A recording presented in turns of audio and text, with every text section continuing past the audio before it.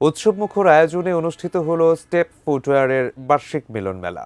শনিবার রাজধানীর কাছে কালীগঞ্জের উলুখোলার একটি রিসোর্টে দিনব্যাপী এই আয়োজন সম্পন্ন হয়।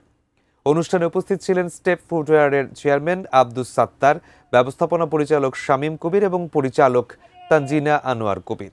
এতে আরও উপস্থিত ছিলেন প্রতিষ্ঠানের ব্র্যান্ড অ্যাম্বাসেডর, অভিনেতা ও মডেল তৌসিফ মাহবুব ও তানজিদ দিশা। প্রতিষ্ঠানের ঊর্ধ্বতন কর্মকর্তাদের পাশাপাশি বিশিষ্ট ব্যক্তি এবং ব্যবসায়িক অংশীদাররাও উপস্থিত ছিলেন।